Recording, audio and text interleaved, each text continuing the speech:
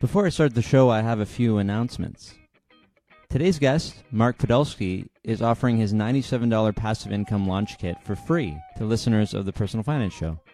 If you like what you hear in today's episode, just email support@thelandgeek.com and mention that you heard Mark on the show, and you'll get the kit for free. And just a reminder that I'm giving away 5 copies of Cashflow Cookbook, a new book written by Gord Stein from episode 36 of the show. If you're interested in winning a copy, head over to bohumphreys.com/giveaway and enter. The giveaway runs for the whole month of July. This is the Personal Finance Show.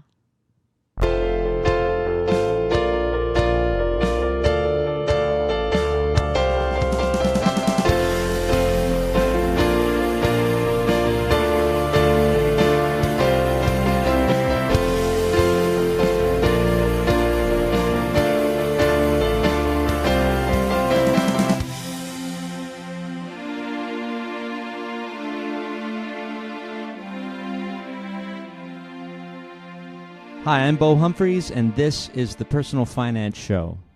Mark Podolsky buys land from people that don't want it and sells it to people who do. He's done this over 5,000 times since he started in 2001, and he averages a 300% return on every deal. For example, if he buys a parcel of land for $2,500, he would sell it for $10,000, making a $7,500 profit. As Mark says, there's billions of acres of raw land, and literally a handful of people in the world doing this. So he launched the landgeek.com to teach others how to learn the art of engineering geeky systems that create, grow, and protect your cash flow. When I heard about Mark's success in land, I had a few questions, and maybe you're wondering these things too. Who owns land, and why do they want to sell it to Mark? And for so little? Who's buying this land from Mark, and why would they pay 4 times the price? Why don't the buyer and the seller do this directly? Why do they need Mark to be in the middle? These and all the other questions you have about buying and selling raw land will be answered by Mark in this episode. But first, let's hear about Mark's personal finance story. So my dad was a wholesale grocer, and he knew the wholesale prices of just about every grocery item. Oh, that's really cool. I like that. Yeah. So when I was growing up, we would go to the grocery store. I'd say, Dad, can I have a pack of gum? And he'd say, Mark, that gum's $1. It cost me 70 cents. So no. Okay. And so I started really learning from a very early age that you never pay retail, ever. Wait, so do you remember what were the lower margin items? Like, would he let you have a banana or something? Or Yeah. I mean, he let me have a banana. I mean, he wasn't crazy, but but there was always this idea of getting a deal, looking for a deal. That's not a good deal. That's a great deal. And because if you know anything about the wholesale grocery business, the margins are very, very low. It's about volume, right? It's just you got to sell lots and lots of stuff to make any profit whatsoever. Exactly. So, I kind of grew up with this scarcity mentality of money that, hey, look, you got to watch every single penny. And I really internalized that. And so for me, like, I loved it. I loved the idea of making money very early. I started investing in the stock market at 13. And the very first stock I ever bought was Intel at $22 a share. And if I had held on to that. Are you kidding me? Wait. No, I'm not kidding. I sold it at $33 a share, and I was so proud. I think I heard on one of your podcasts that you're in your mid-40s. Is that right? Yeah. I'm 46. 46. So when you were 13, then I'm not going to try to do the math in my head. But 40, that initial investment would be worth millions today. Yeah. So wait, is this would be the 80s then? Am I right? This would be the 80s. Yeah. So you 13, you bought your first stock, and you're allowed to do that? Yeah, of course. But how does someone get a stock how did someone buy stock? Well, I would just go to the bank, and my dad would let me make these trades, and he was just the custodian. Okay. And the banker was really impressed with me. She's like, you're outperforming most adults. The stock I ever bought was a biotech called Genentech. Okay. So And if I held on to that, it would have been worth millions. So for some reason, I have like this knack of understanding and being very interested in finance at a really early age, in business at a really early age. Well, where did you get the money for this purchase? So I got the money because I'm Jewish and I had a bar mitzvah. Okay, so really, it just gift money. Yeah. Yeah. Okay. I was gifted this money and I thought, well, I'll invest it. And that's exactly what I did. It's really smart, Mark. Yeah. And then I remember at 13, I was the guy that would go around in the summer, and I had the lemonade stand, and then I had Big Guy Cookie Company, and I had no costs. So I'd use my mom's flour and sugar and eggs, and we'd walk around the neighborhood, my buddy, my neighbor and I, and we'd give out samples of these big cookies. And then we'd take orders. And we made, hundreds of dollars on cookies one summer. And then in high school, because my dad was a wholesale grocer and there weren't big vending machines, I would get Snicker bars for my dad, like a case of Snickers, and I'd sell them for $1. Because you know where to get them wholesale. So I knew where to get them wholesale. You already knew your sources. Yeah, and my dad was just bringing them home anyways from the family. He didn't know that I wasn't eating them. I was selling them. And then I was also the if you wanted to go to prom or homecoming in high school, you had to go through me to get your corsage. I was like the corsage mafia. How do you get a monopoly on corsages? What about the florists? Well, I went to all the florists and said, I will take your orders. I'll take it up. Wow, that's so creative. I said, I'm here. And they're like, great. So it was like, you can't go directly to the florist. You had to go to Mark if you wanted to get your corsage. And I made money that way. That's unbelievable. I've never heard of this. Yeah. So I kind of grew up like this hustling type of kid. Then in college, I really just thought, well, I'll go into business at some point. And it ended up that I started working with dentists, my first job out of college. And I had a mentor. His name was Raj. And Raj was an MBA and a chemical engineer. And he really taught me, a deeper level of finance. And we would look at how to recast earnings and P&Ls and balance sheets. Well, okay, what were you doing with the dentists? Yeah. You're managing dental practices? We weren't managing them. We were actually brokering them. So when a dentist wanted to sell his practice, he would go to us, and we would look at his numbers. We would do the evaluation. We would help the buyer get the financing. So we prepared these bank packages. Sure. We would do the cash flow statements so they could see their ROI on that investment. Well, how do you get into that though? How do you just stumble into, I'm going to broker dental practices? So I actually cold called in the yellow pages. I thought I wanted to be in medical equipment sales. Okay. And the first company was it was AFCO. And the guy's like, if you can sell, I'll teach you the business. Wow. And I said, okay, great. And so you knew you could sell. You knew you could sell at this point because of what you've been doing. I guess this was all through high school. Right. You didn't have did you have any traditional job? Did you work in the grocery store with your dad? Well, my dad, it was more of a warehouse. So the wholesale. Yeah. Yeah. But that was like really hard work. I mean, you're talking about summers in 102-degree heat, working on a truck in downtown St. Louis. And it was dangerous. And there was one time where I almost was killed. They were like, a bunch of guys were going to rob me. And my my grandparents who worked with my dad were like, Mark's not going on the truck anymore. Oh, so wow. I had like a normal job after that. Oh, which was what? Well, I would work at restaurants, and I'd be a server. For a while, I sold rollerblades, and I would string tennis rackets. So I had two jobs. So during the day, I would string tennis rackets, sell rollerblades, and then at night, I would work at a restaurant. I really enjoyed working. What do you think the motivation was for you? Like, you doing all this entrepreneurial stuff, did you not want to be the warehouse guy? Did you not want to have to hustle for a little bit of margin? I think that the motivation was to make my dad proud. Okay, well, that's nice. Some type of attention for being this kid that was interested in all this stuff. Yeah. And I think I was addicted to that. And I was just like, okay, I can do more of this. I can do more of this. I had no interest in stuff. Like I was kind of like my parents. I mean, I was very frugal. If my friends had 20 CDs, I maybe had one. So I wasn't interested in buying stuff or accumulating stuff or having stuff. I was just interested in making money. Just like Warren Buffett. Kind of like just like Warren Buffett. Maybe you are the Warren Buffett of St. Louis. Well, let's not get crazy now. So, okay, dental practices, you're figuring out how to basically buy and sell anything and maybe figuring out margin as you go along. So what happened was private equity groups started buying out these solo practitioners and were hurting my business.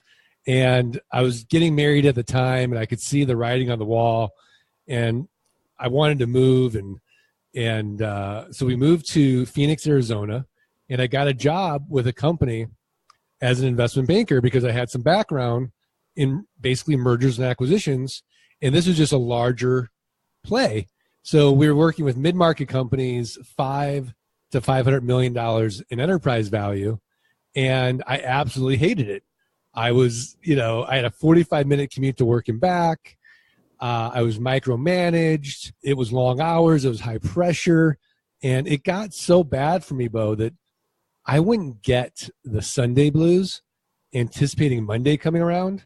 I'd get the Friday blues anticipating the weekend going by really fast. Oh, yeah, that sucks. Like on Monday. So, but why was the mergers and acquisitions? I mean, I understand the commute and the micromanagement and stuff, but this wasn't the sales and the hustle that you enjoy? Yeah, but I had no control. That's so it. I'll give you an example. Yeah. Right? So I'm about 3 days from a closing, and we're looking at like 6-figure commissions. Wow. And these are long sales cycles, and the numbers come in, and the quarter was down, and the private equity group passed at the very last minute. And this is after they spent hundreds of thousands of dollars on due diligence, letters of intent. I mean, going through the entire process, which takes almost a year to do. And then at the very last week, the numbers came in down, and they just passed. And you don't get your commission? Nothing. Were you getting paid on a salary basis too, though? Of course. Yeah. But the real money was in the bonus. Yeah. Yeah. For sure. And so that was kind of like, oh, this is not for me. Sounds really disappointing. I need more control. Yeah. Somebody else making the decisions for you in terms of something that huge and something you spent so much time on. If you're going to spend time on something, might as well have control over it, right? No, absolutely. And you got egos and people want perks, and it was just a nutty world, and I really did not enjoy it at all. And there was no sort of higher purpose to it, right? Like, I'm waking up every day to make rich people richer. Yeah, I know the feeling. Yeah, that was kind of soulless. And my firm hires this guy, and he's telling me that on the side, like a little side hustle, he's buying up raw land, pennies on the dollar. He's putting it online, and he's making an average 300% return on his investment. So, Bo, I'm looking at companies all day long, and a great company has 15% EBITDA margins or free cash flow. Great company. Yeah, because 15% is a decent return for somebody to invest their money, right? That's not bad Absolutely. At all. Right. Average companies at 10%, and I'm looking at companies all day long less than 10%. So I had $3,000 saved up for car repairs. I go to New Mexico. I do exactly what my buddy says to do. I buy 10 half-acre parcels at an average price of $300 each. I put them online. Sure enough, the next few weeks, they all sell for an average price of $1,200 each. 300%. It worked. Okay. So I took all that money and went to another auction in Arizona where I lived. Again, this is 2000. There's no one in the room. I'm buying up lots, acreage, and for nothing. And over the next 6 months, I made over $92,000 cash. So I go to my wife. I'm like, honey, I'm going to quit my job, and I'm going to invest in land full time. And she's pregnant, and she says, absolutely not. Yeah. So I said, okay, fine. So I did land investing part-time for about 18 months until the land investing income exceeded the investment banking income, and then I quit, and I've been doing it full-time ever since. I've done over 5,200 land flips. So how much of your time, well, let's step back for a sec. So raw land, what does this mean exactly? Like who wants land and why do they have it in the first place? Like, I just think in my mind, nobody owns lands, the governments or something like that. So somebody owns this land. Right. So, okay. So let me kind of walk you through the model and the way that I sell it, because I consider it the ultimate subscription model. Sure. So essentially, you're in Canada, right? Yes. And I go and I say, oh my gosh, Bo Humphreys has 20 acres of land in Texas, and he owes $200 in back taxes. So how do you know that? How do you know about my taxes? Because it's public information. Okay. So I get this information from either the treasurer or the county assessor. Okay. So you're advertising to me that you have no emotional attachment to that raw land. You live in Canada, the land's in Texas. And the other thing you're showing me is that you're distressed in some way, because when we don't value something, we don't pay for it. The $200 is probably nothing, right, compared to the value of the land. And I don't even care enough to pay it off. Exactly.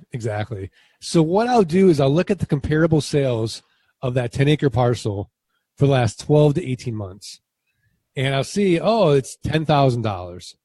And then all I'm going to do is divide by 4. And that gets me what Warren Buffett would call a 300% margin of safety.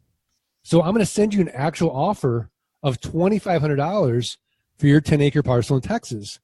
So you're like, well, I'm going to lose the property anyways if I don't pay these taxes. So you accept it. Now, in reality, 3 to 5% of people accept our quote-unquote top dollar offer. Okay, so not everybody. So right. They don't accept it at that price, or they don't accept it at all? They don't accept it at that price or at all. Yeah, okay. Yeah. And then we go through due diligence, make sure that you actually own the property. The back taxes are only $200. There's no liens or encumbrances. There's no breaks in the chain of title. And all this is actually outsourced to our VA team in the Philippines. They have access to an American title company. It costs us about $11 to do our due diligence. So it's a standard process that they can just a little repeat. checklist. Okay. Exactly. So we get the GIS maps, we get the plat maps, we get the Google Earth aerial views, and then we determine, okay, this is a good property to buy. And so I buy it from you for $2,500, and then Bo, I have a built-in best buyer to actually buy that property right away from me. Do you know who it is? Well, I listen to your podcast, so I do. All right. It's the neighbors, yeah.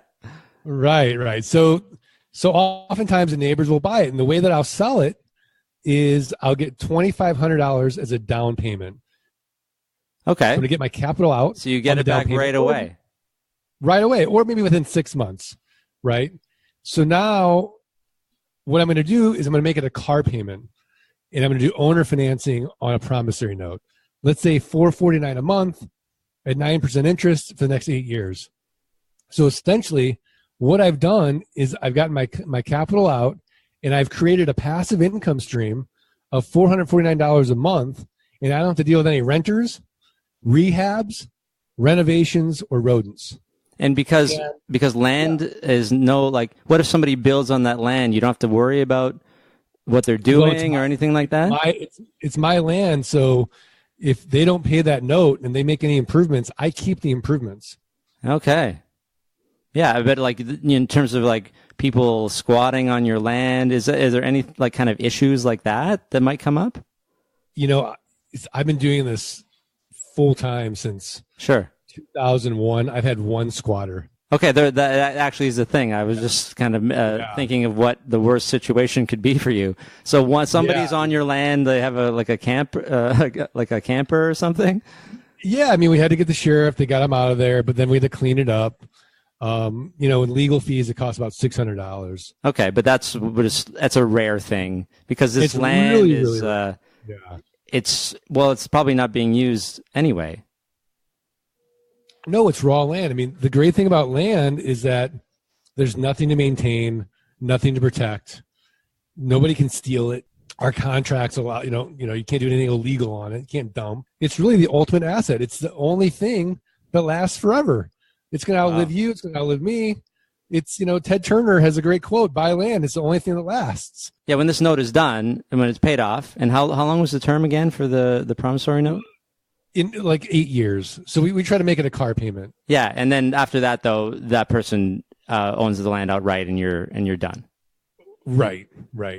But essentially, the game we play is, can we create enough of these land notes where our passive income exceeds our fixed expenses, and we're working because we want to, not because we have to. So you're buying a real thing, land, raw land, right. and apparently there's lots of land everywhere. Oh my gosh, this market is massive. There's billions of acres of land.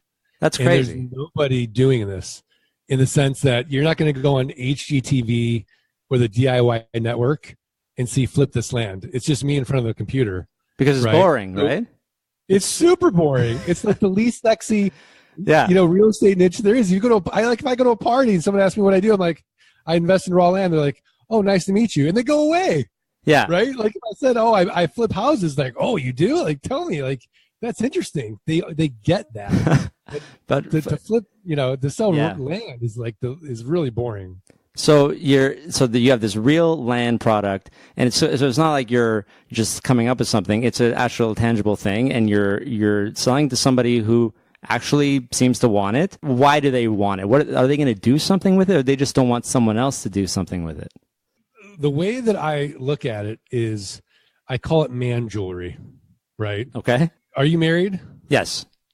Does your wife have jewelry? Yeah, a little bit.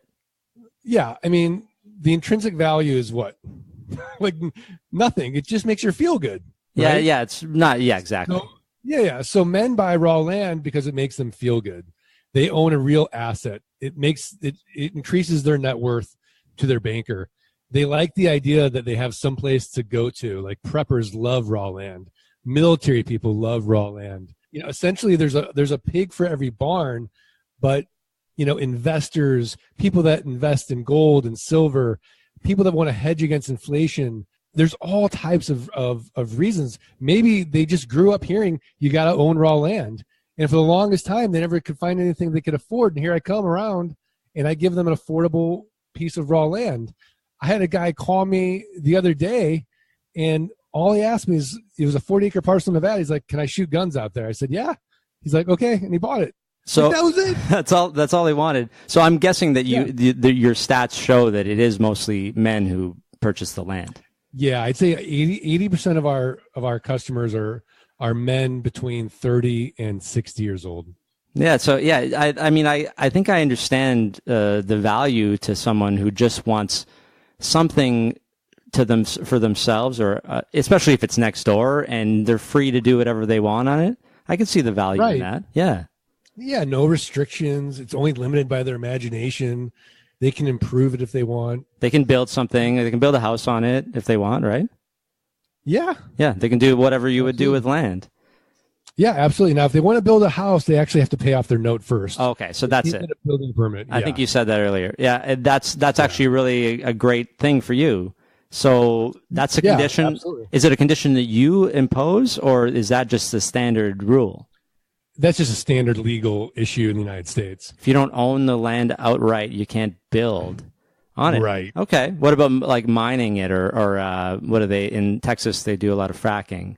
What about that kind of stuff? Yeah, no, you can't do that because I own the land. You can't make any, you can't mine, you can't do anything like that until you own the land. So once it's out of your hands, though, and you don't care because it's fully paid off, then they can do whatever's legal in their jurisdiction with it. Exactly.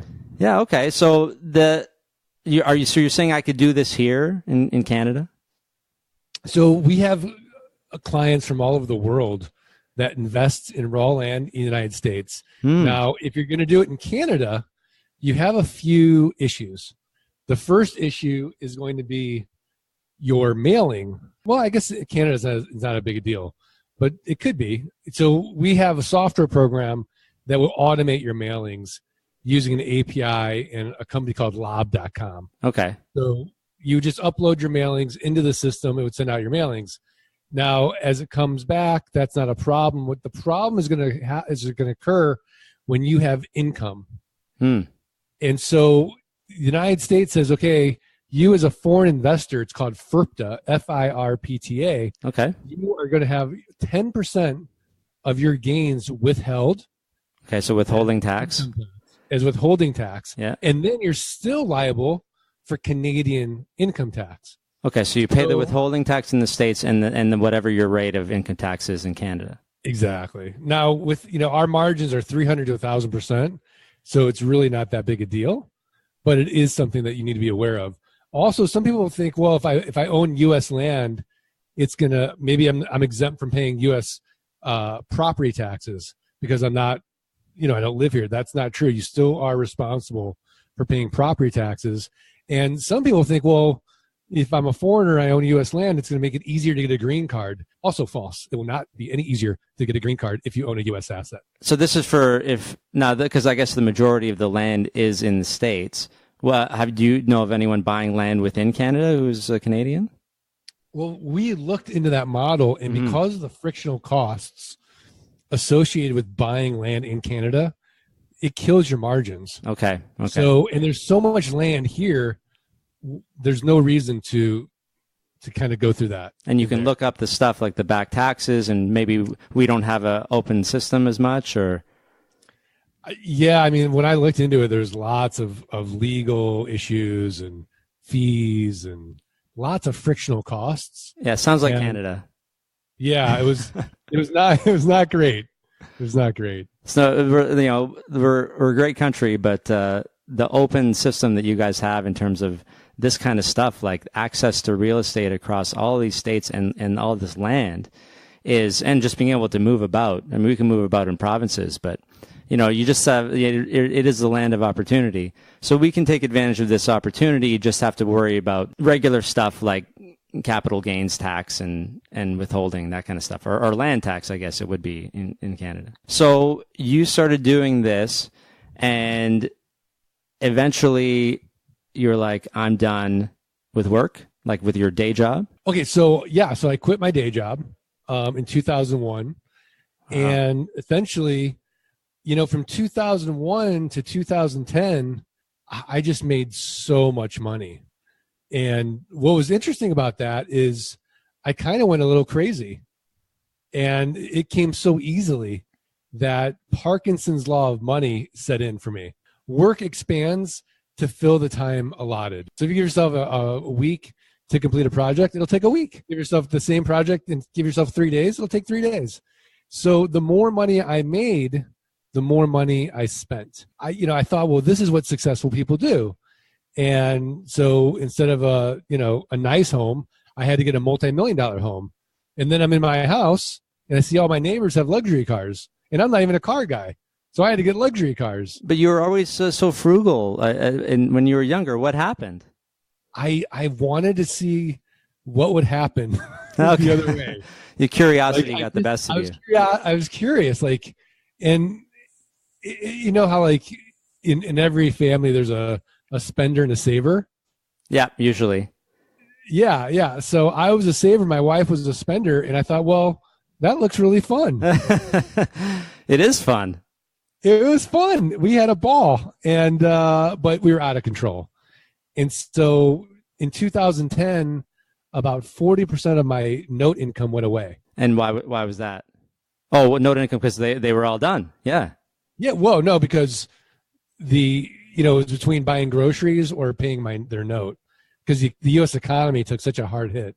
Oh, okay. So your notes actually went away. Yeah. But in those cases, as you said, your original investment was taken care of with a down payment, because that's your model.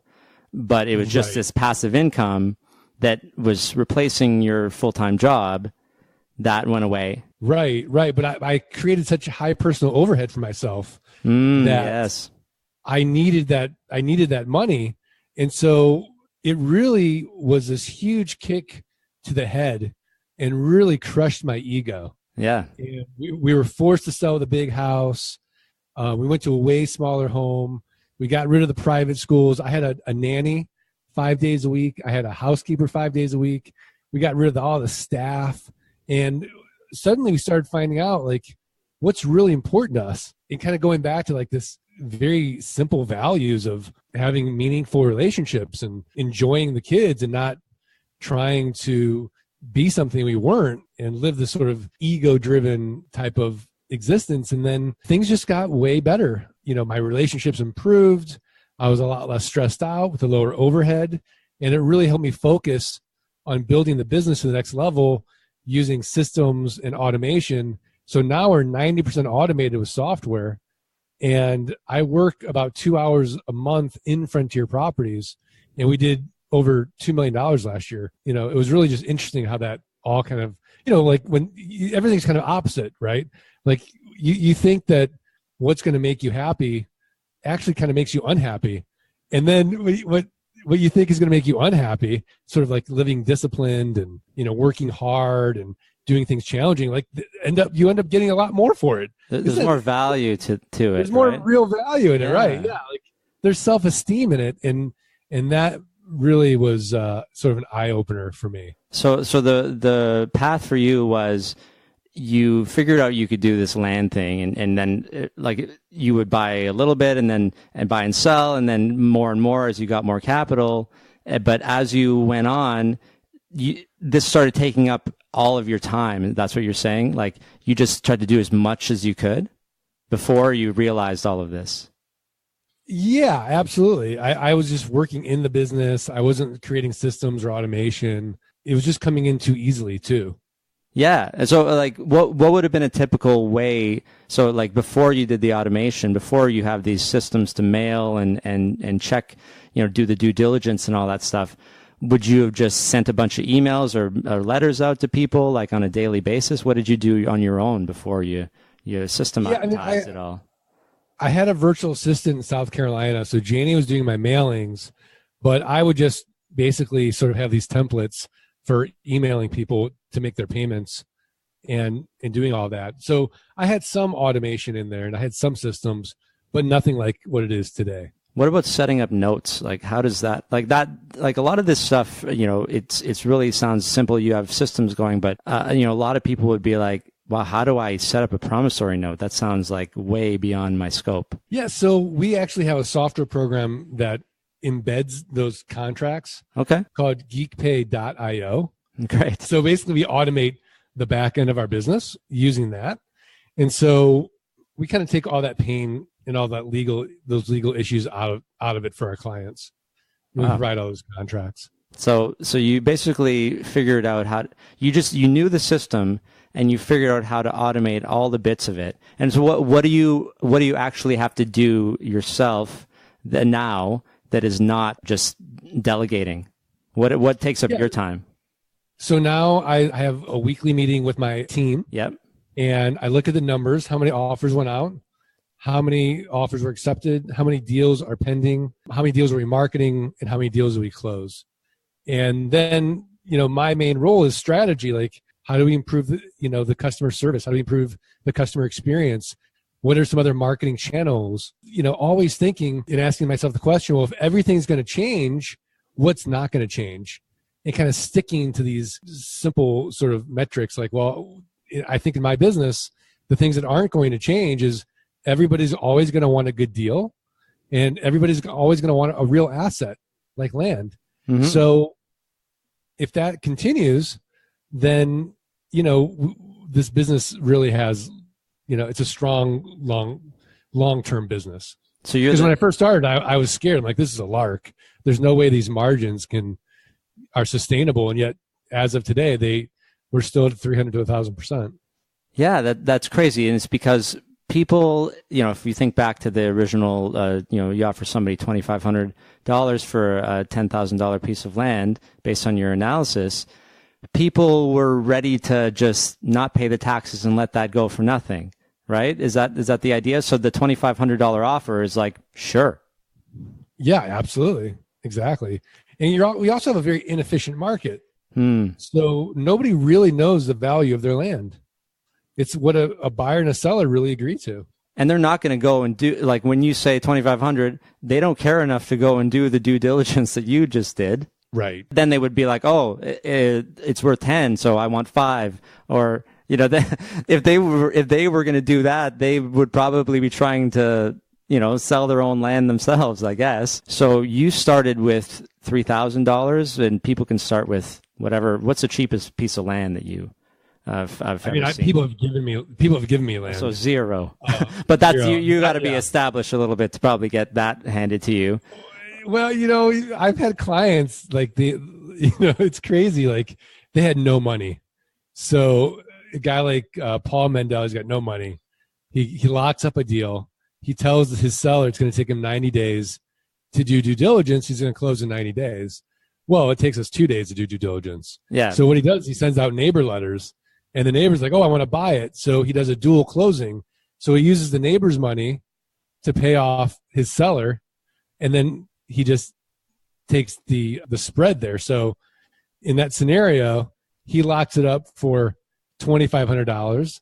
He sells it to the neighbor for $10,000 cash. The neighbor gives him $10,000 cash. He gives $2,500 to the seller of that $10,000. The seller deeds the property to Paul. Paul then deeds the property over to his new buyer, and in the process makes $7,500 in an infinite ROI just by locking up the deal.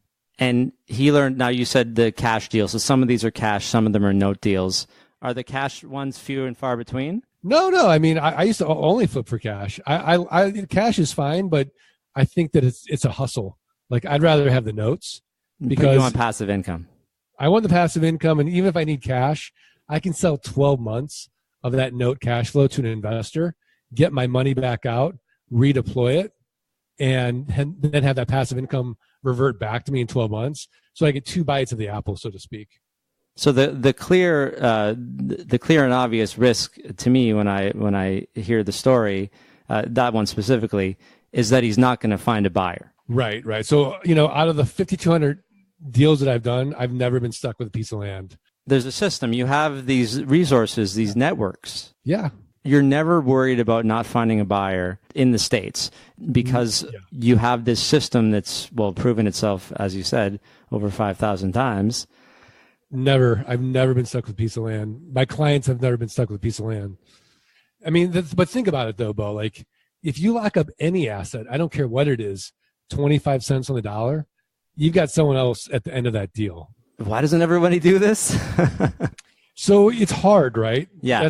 That's the reason everybody doesn't do this. Okay. Because ultimately, if it were easy, everyone would do it. There's no real estate niche that is easy. No. And so when you break down all the pieces of this is a business. Mm-hmm. Business is hard. And if you're not able to embrace the suck and sort of be uncomfortable or be comfortable being uncomfortable and kind of being a beginner again, which a lot of people have a hard time with, it's really hard to do this. And people don't want to start something and learn from scratch. But you could do, like you said, so there's a free piece of land, but maybe you have a couple $100 and you could just give it a try and see if it works for you without very much risk. Exactly. Like the risk on top of the fact that, that I thought you couldn't find a buyer, but it seems you can. I think the risk is personal. The risk is that you're not going to do the work. Right. And do you see that you have a lot of students that come through Land Geek, right? Yeah, I mean our training is really good. So it's not our students, but that do it. It's people that try to do it on their own. I see. Yeah. I kind of equate it to climbing Mount Everest. So if you go up there with the Sherpa, you're going to get up there, safely. Yeah. If you go up there by yourself, you could end up dying on the mountain, and that happens a lot.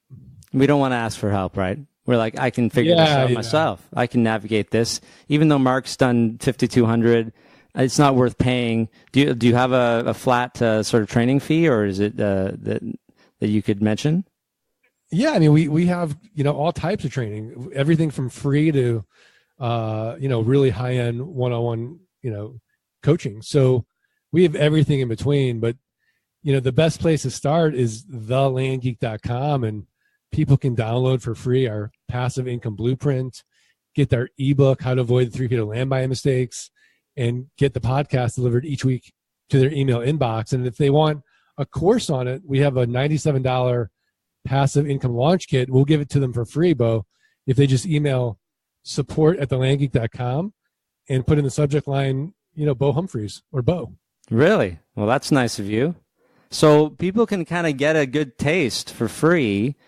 Like you can have other investments. If you were looking for something interesting and different, especially if you're in the States, I know some people listening are in the States. It's not all Canadians. You can basically just follow Mark's lead, right? You're setting. Why are you sharing all this information with everybody? Why don't you keep it all for yourself? That's exactly what my wife said after I started. Yeah, exactly. She's like, you're creating your own competition. And so I said, well, let's do the math. Yeah. So there's billions of acres of raw land and literally a handful of people in the world doing this. You, me, a million people could come in this niche. We're all going to run out of money before we run out of deal flow. And so I said to her, I said, look, if it ever comes to the point where a seller calls me and says, Mark, I got your offer, but I got 3 others just like it, and yours is the lowest, I'll stop teaching people. Okay. And it happened. So, and the other thing about teaching is that it's so gratifying. Almost on a daily basis, I get so much gratitude for, hey, you helped me retire my spouse. Hey, I was able to quit my job today. Hey, we're traveling around the world doing this business now. We quit our jobs. Thank you so much. Thank you. I mean, it's really like I can now die in peace. It's so nice. Yeah, exactly. And that's the thing. You're creating this passive income for yourself as well. In addition to the land, now you can have the students and the course fees and stuff too. Something that you are sharing your knowledge, but it's not for everybody. That's. I mean, obviously, everybody would do this. Like you said, it's work.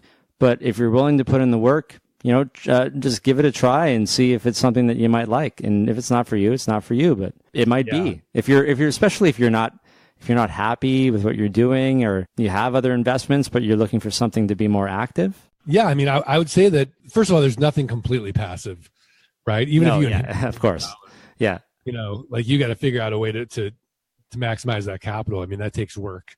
So, essentially I think that when it comes to creating a passive income stream, there's really nothing better. It's got a low cost of entry.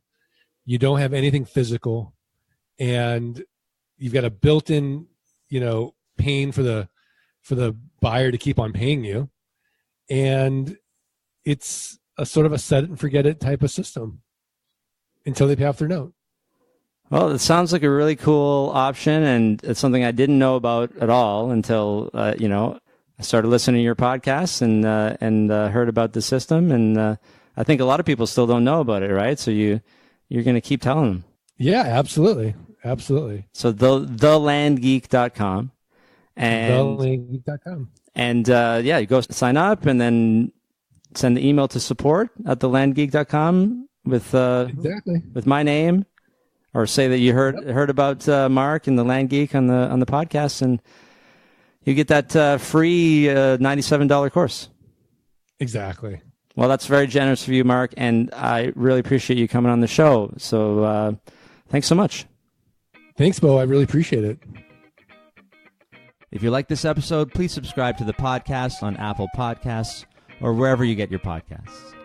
It would mean a lot to me, and it only takes a few seconds. Thanks so much for listening to this episode of the Personal Finance Show. Next week's guest will be Paul Gilbo, co-founder and lead software developer at Perfect.com.